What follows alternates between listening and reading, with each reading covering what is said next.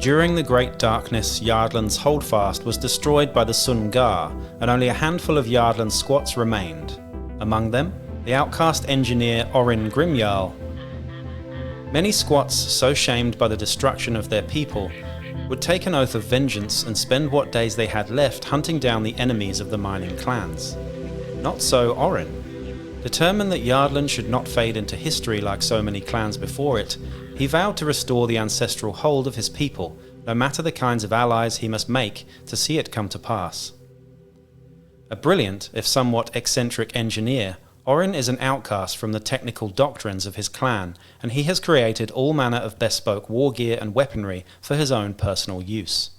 The most unusual of these is without a doubt his fractal pulse beamer, a negative energy laser weapon made up of dozens of opposable lenses, capable of cutting down into rich mineral seams or just as equally carving limbs off troublesome wasters. Howdy and welcome back to Wellywood Wargaming. My name is Damon and this is the series where I give you all of the agents and dramatis personae in the game of Necromunda. Now before I get started, please do like, share, subscribe and check out the Patreon as well and support the channel any way that you can. And yeah, this one is a good one. This one is the only squat agent in the game so far, and an excellent model from Forge World if you like squats. I'm not particularly into the aesthetic if I'm honest, so I probably won't buy this one. I don't actually play squats either. I'm sure I will do at some point, but yeah, I know that squats are very, very much loved in the Necromunda community. You know, and they're a cool addition to the game, absolutely. So yeah, just not particularly my bag, I'll be honest. Now, Orrin Grimjarl, the last Charter Lord of Yardland. This guy was the sort of poster child, I suppose, with Sun-Gar on the third and final Aranthian Succession book. And an interesting one, definitely. He offers something different to anything else that you get in the game. And I think the squats have got a couple of quite nice dramatis personae recently to sort of bolster their ranks and give them a little bit of difference in the way that they play, which is really cool. Especially with the pets, of course, the Techmite servitors and whatnot. So, Orrin Grimjarl, you can see the model there. It's a little bit busy for me, I have to say. It's very fantasy dwarf with a little bit too much 40k busyness going on. The gun is too big for me, but otherwise it's a fairly nice miniature, I'm sure. It just needs a slightly more grimdark paint job for me to really appreciate it. That's just my style. Now, this guy's 100 credits at the cheapest and 200 credits at the most if you want to petition him.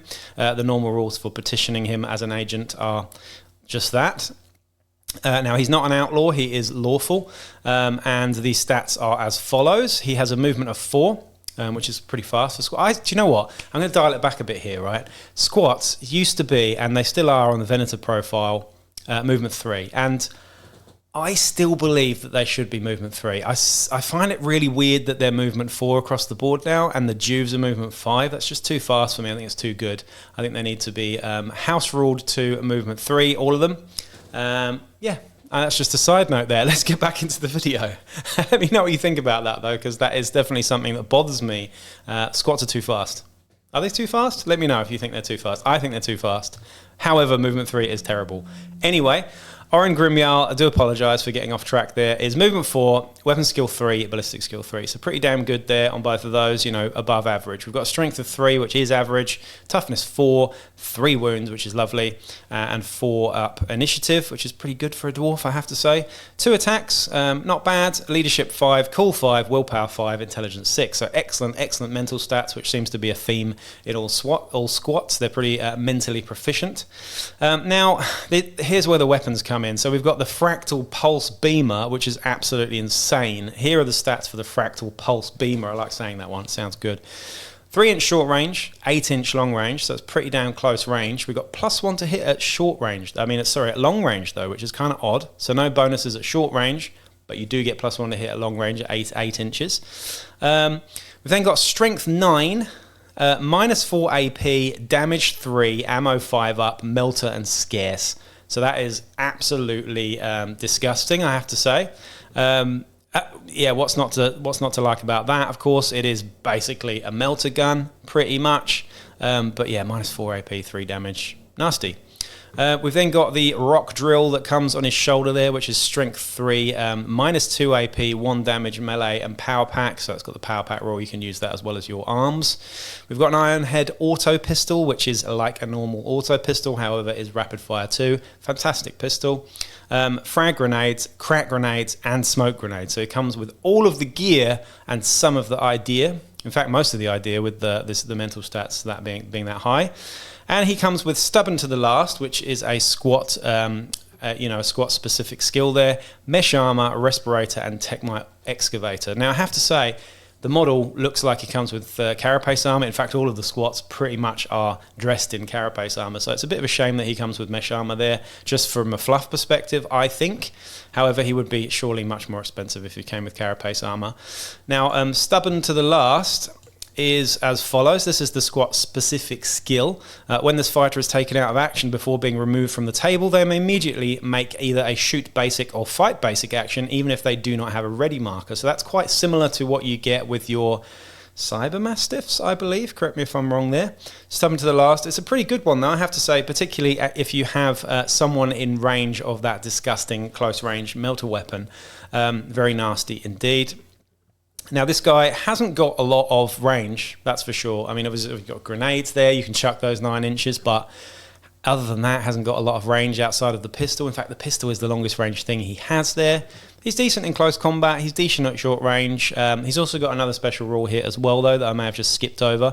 He's the last Charter Lord of Yardlan.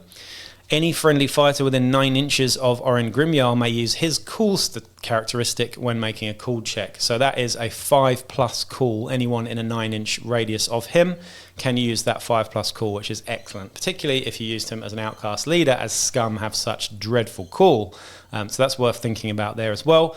Like I say with all these videos, do talk to your arbitrator if you're thinking about using these agents as indeed outcast leaders, because you would need to figure out how to cost them. I would say that for 200 or 100 credits, this guy is far too cheap, particularly with the melter weapon there and all the other gear that he comes with and his stats. He's probably going to clock in at around 300 to 400 points, or credits, should I say. So yeah, the full rules are available in the Aranthian Succession Ruins of Yardlan book, which is the 3rd and final Aranthian Succession book. And that is pretty much all I need to say about Orrin Grimjarl. Do you like Orrin Grimjarl? Have you got him from Forge World? Let me know what you think if you've used him in your games as well. I'm not in a rush to use any of these squat ones, if I'm honest, partly because I just don't like the miniatures as much as I like other things. I probably will do my own squat gang at some point, but it probably won't be these models. I think I'll probably go with some sort of big kit bash or conversion or proxy, which I usually do, use them as something else using the squat stats. Anyway, watch this space for that, and I'm already rambling a lot. I've got some more videos to get through now, so I will catch you in the next one. Peace out.